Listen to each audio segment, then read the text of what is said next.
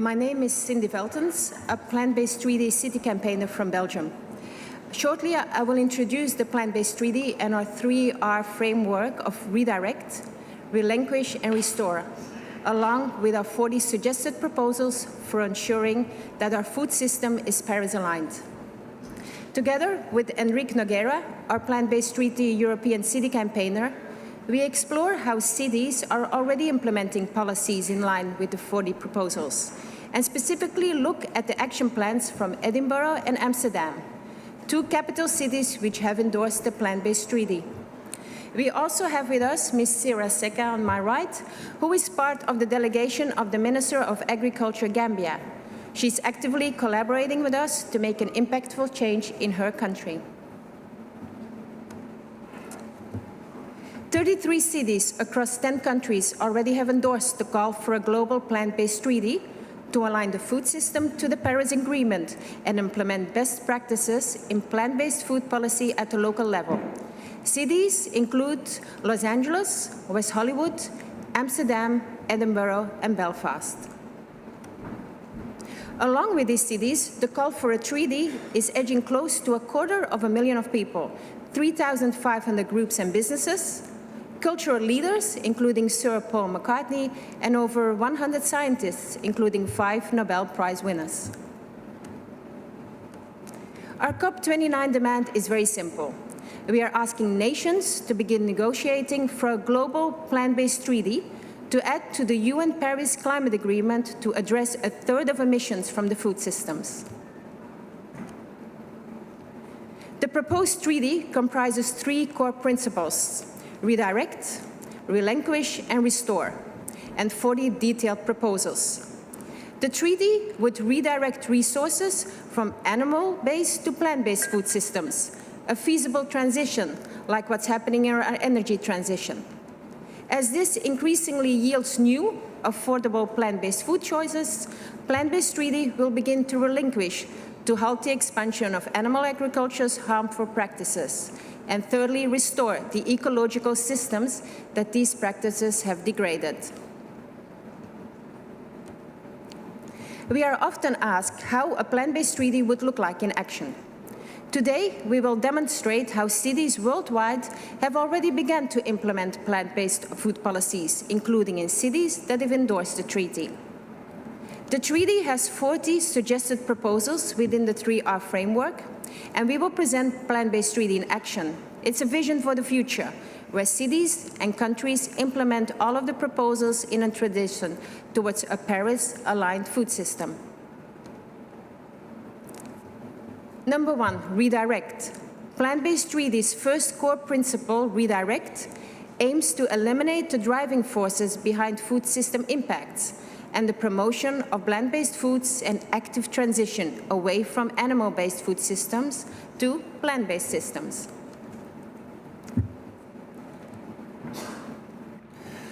So Edinburgh was the first European capital that endorsed the plant-based 3D in 2023.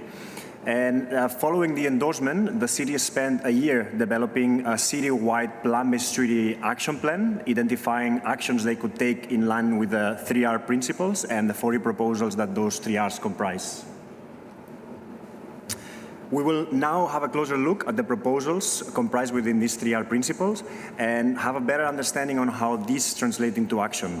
We will use the city of Edinburgh and then the city of Amsterdam as 2 case studies to show how these proposals actually can be implemented.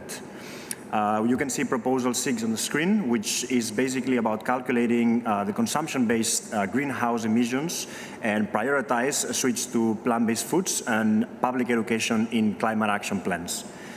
The City of Edinburgh City Council did an impact assessment, and they estimated that food and diet accounted for 23% of the city's consumption-based footprint. More than half of the food emissions came from meat consumption alone. Following the city's endorsement, they developed a city-wide plant-based 3D action plan to prioritize plant-based food and education. Proposal number 8, which is to design information campaigns to raise awareness about the climate and environmental advantages, as well as the health benefits of plant-based food, nutrition, and cooking. The City of Edinburgh Council agreed to annually mark Veganuary in the City Council office building by promoting a vegan dish of the week throughout January. Proposal number 10, which is transition to plant-based meals in schools, hospitals, nursing homes, prisons, government institutions, universities, and businesses. Edinburgh is engaging with higher education sectors to increase plant-based food in catering provision. All food and drinks provided by council meetings and events include plant-based options. Council offices, restaurants, and cafes must always include plant-based food options, including plant milk. They are piloting a scheme to provide healthy plant-based snacks for activities with young people in libraries. They are also engaging with food service providers to increase plant-based food options in public and private sector. And when new contracts arise, they will ensure that plant-based options are accessible at city festivals and Christmas markets. On proposal number 11, which is to mandate honest labeling of food products, including carbon labeling and cancer warnings labels on all processed meats which have been declared carcinogenic by the World Health Organization. And at the moment, Edinburgh is implementing carbon labeling on menus in the city's universities and schools. Edinburgh are active campaigners urging others to endorse the plant-based treaty. And as you can see on the screen, Edinburgh Council leader Cami Day wrote a letter to all the city Edinburgh Council sisters and twin cities, as well as to metro mayors to encourage them to also endorse the treaty. Then, last year, in March 2023, he participated in the Eurocities Food Cities campaign, encouraging Eurocities to follow Edinburgh's example and endorse the plant-based treaty. Let's now move to the Netherlands, in Amsterdam. Amsterdam became the second European capital to endorse the plant-based treaty in 2024, and that endorsement also included implementation in alignment with the plant-based treaty suggested proposals under R1. Under the proposal 10, we can see a slightly different implementation here. And Amsterdam has pledged to enter a covenant with major employers, public institutions such as hospitals, community centers, and care institutions to ensure that all employees, visitors, and patients can obtain full plant-based meal options in publicly funded institutions from 2024. They have also committed to introduce vegan Fridays to the city and ensure that animal plant-based protein ratio reduces to 40% animal to 60% plant-based by 2030. And lastly, they have also committed to organize an annual plant-based conference with care institutions, schools, universities, and other public institutions in the city of Amsterdam. Here we have another example where San Francisco has calculated consumption-based emissions. We encourage this as it increases accountability for all emissions their residents are responsible for and prevents the outsourcing of high emissions to other communities, either locally, regionally, or globally. The San Francisco Climate Action Plan, here on the chart, you see it shows a comparison between emissions produced within the city limits and consumption-based emissions inventories, which also include emissions generated outside city borders to produce goods and services for consumption by residents. Under proposal number 8, the plant-based treaty calls for public information campaigns to promote the benefits of plant-based foods. There are many cities who have endorsed the treaty which have already started implementing this. We are now going to show some examples from around the world. The Exmouth in the UK, the plant-based treaty endorsement brought the climate change officer and councillor, Luis Benables, launched monthly plant-based bring and share events where the community are encouraged to bring non-vegans along the event and bring plant-based dish to share with the community. In New York, the City Health Department launched a campaign called Eat a Whole Lot More Plants, which urged New Yorkers to put more whole food plant-based on their plates. And for 1 month, the ad ran on TV, radio, subways, digital channels, and outdoor media neighborhoods with health and socioeconomic inequity. Here we can see a public campaign in the city of Manchester in the UK, which spent £30,000 on adverts around the city, encouraged residents to live more eco-friendly, including eating less meat and dairy. In Washington, D.C., Mayor Muriel delivered a proclamation to launch the first Veg Restaurant Week in 2022 to celebrate and promote local plant-based cuisine in new dishes and specials. In 2023, Ann Arbor City Council voted unanimously on a 3-year, $135,000 contract with Betch, Michigan. A community group to deliver plant-based food projects included education materials, week-long plant-based eating challenges, 700 bags of plant-based foods to give away to residents new to plant-based eating, and engaging with businesses to provide more plant-based food options. Washington, D.C. also published an annual food system assessment report on the state of district food systems and how to make the food system more healthy, equitable, and sustainable. They map out inequalities in food accessibility, finding half of Hispanic and Black residents experiencing food insecurity compared to only 14% of white residents.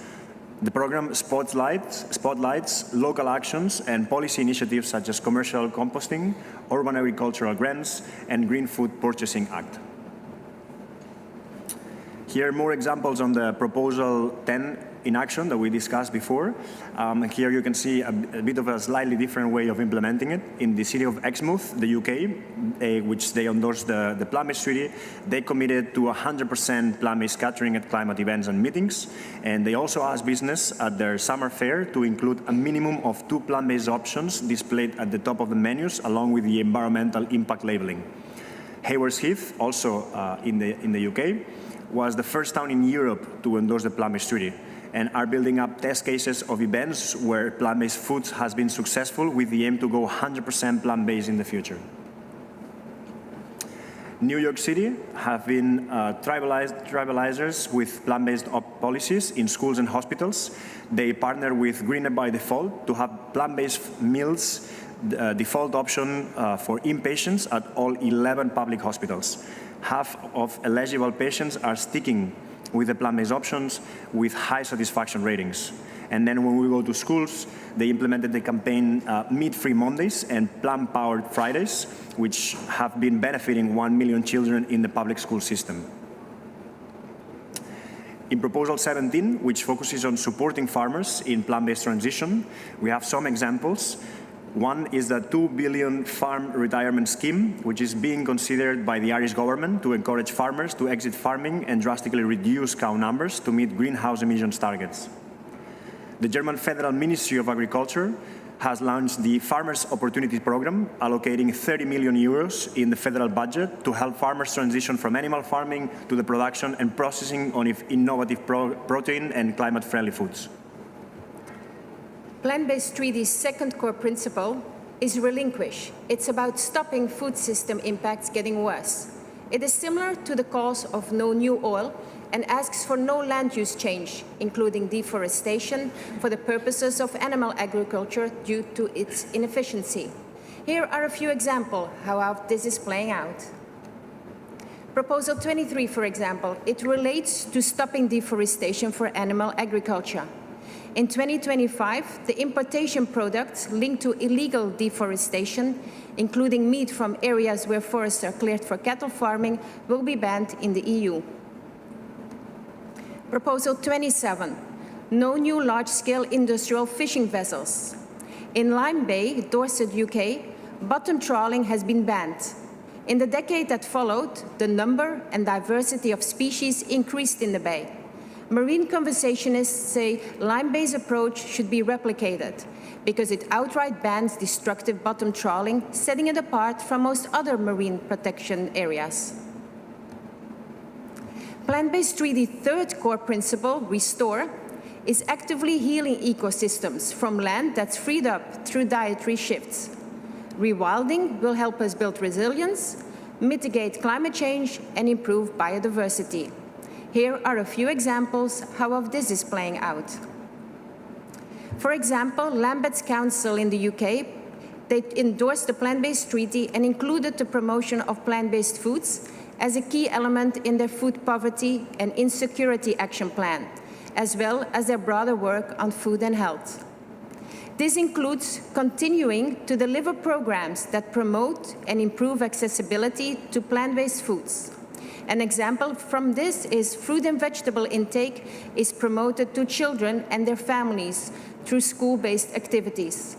Local fruit and veg vouchers are distributed to vulnerable households. and the Healthy Start scheme is actively promoted for those who are eligible.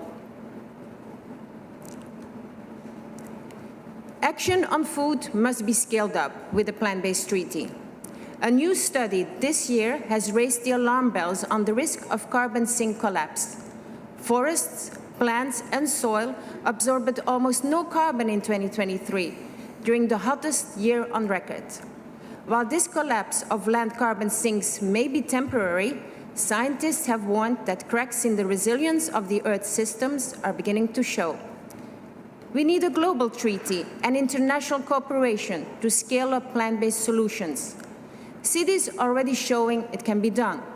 Many are prioritizing plant-based food systems and showing us a pathway to a 1.5 degrees aligned food system. Local implementation is the way to go. Don't wait for top-down leadership, work from bottom up.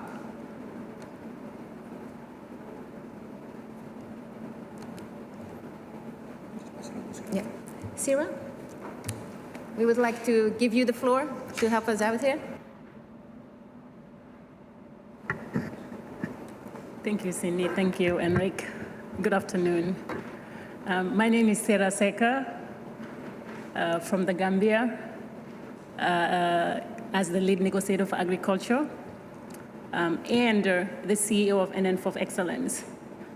Is an NGO that was created in 2020, both in the United States and in the Gambia, supporting and promoting inclusive education. And when we talk about inclusive education, we are looking at climate education, we are looking at agriculture, we are looking at girls' education, women, vulnerable women, and our local communities.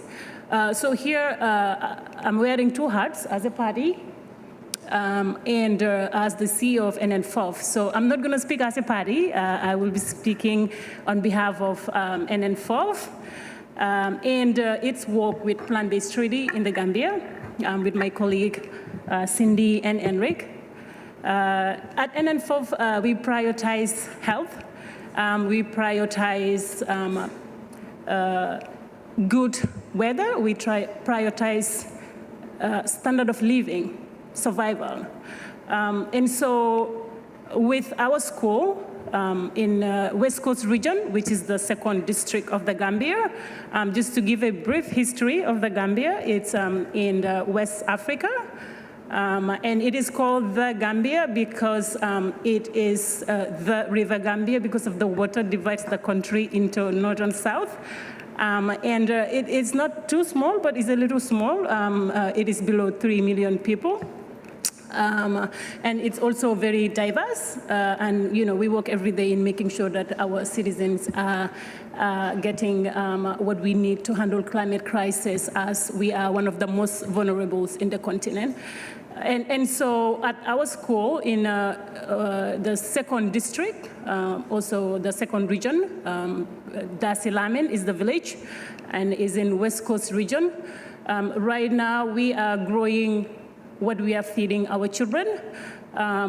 In Gambia, we're also blessed with the fertile land. It's one of the fertile lands in the region. Of course, with the effects of climate change, with the change in like the tropical seasons, the rain, with the droughts, that also makes it difficult and then the vulnerable. But just this season, our farms, we just harvested. And so our children will be eating what we grow, getting their protein, getting their grains. And so thanks to my colleague Cindy, you know, we did a lot of work over there. And so NN4 was one of the, or maybe the only NGO as of now that endorsed a Plant-Based Treaty. Also, talking about the city, we have a city in West Coast region that also value and really working towards effective agroforestry for sustainable development. And I know also we have a very good agroforestry strategic plan as a country. So really working with on aligning that and making sure we are growing what we eat and eating what we grow, and then we are staying healthy. We are growing trees that also are friendly to our environment, that is hopefully going to bring our temperature down as we experience extreme heat, we experience droughts, and you name it. And so we are doing that community work. And then, so presently, obviously, there are a lot of people involved, a lot of NGOs, a lot of cities. And so just looking into best possible practice to make sure we are keeping our people healthy by going in for more effective and sustainable food systems as we speak. Thank you so much, Cindy. I will not go much, and then I can answer also questions as far as that part goes. Thank you. Thank you, Sarah. Yeah. And just to finalize, we wanted to conclude with a message that at this point seems like a broken record, but climate breakdown is happening in front of our eyes. And literally, we are very much approaching the point of no return. And we are very much aware that food systems, food and agriculture is a sensitive issue. It touches very much at the heart of tradition, culture, convenience. And so we are very much aware that it is a delicate topic to discuss, but we cannot afford not to discuss it. And we need to be critical, and we need to find solutions because we have the capacity, we have the knowledge, we have the technology, and so we need to be engaging in these discussions, or otherwise we will not be able to, to create the planet that we are actually aiming for. So that's why from here we want to urge all global leaders and all the parties here at COP to negotiate a plant-based treaty, to discuss food systems, and to be able to engage in meaningful action towards a truly inclusive, ethical, and sustainable food system. Well, thank you very much for listening, and we will be taking any questions if there is any.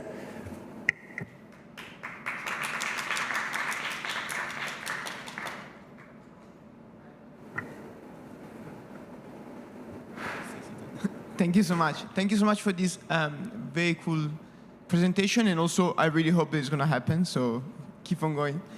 I have a question. So I've been so far to 2 COPs, and both times the menu was always meat heavy. So actually it's very difficult to find vegan or vegetarian options here. They run out very fast. What's your position on that? Do you try to advocate with the COP organization to change that maybe for next time? Because I find that a bit ridiculous, honestly. So we have been engaging with the UNFCCC for a couple of years now, not just us, but many other food groups. And it has been very, very frustrating because we are literally at the most important climate conference of the year. And we are understanding that some things that cannot be avoided, that flying in, because people need to come here. But food is a very easy thing to change. And we have seen in conferences how time and time again, there is no options, as you said, very little options, and we're not asking people to go fully plant-based. You just have lunch or maybe like some snack. That's all we're asking for, really. And for us, we understand that UNFCCC is a governmental organization, but it is supposed to be leading by example, and it is not doing so. And it is very frustrating because there doesn't seem to be any way to shift in that direction. And some of the messages that we've been receiving is that they are accommodating to people's demand, which is also quite frustrating to see that people that come here that's supposed to be wanting to engage in climate action are not asking for it. So in Spain we say that it's the dog that it's eating its own tail, So it's a bit frustrating. We will keep engaging it like that, but yeah, to be honest, we don't understand why. We don't understand why, because it's a very easy change, and food can also be made inclusive for everybody, can be made very healthy, and can be made sustainable very easily. So, but we will keep doing that, and hopefully one day it will change. But yeah, thank you for your question.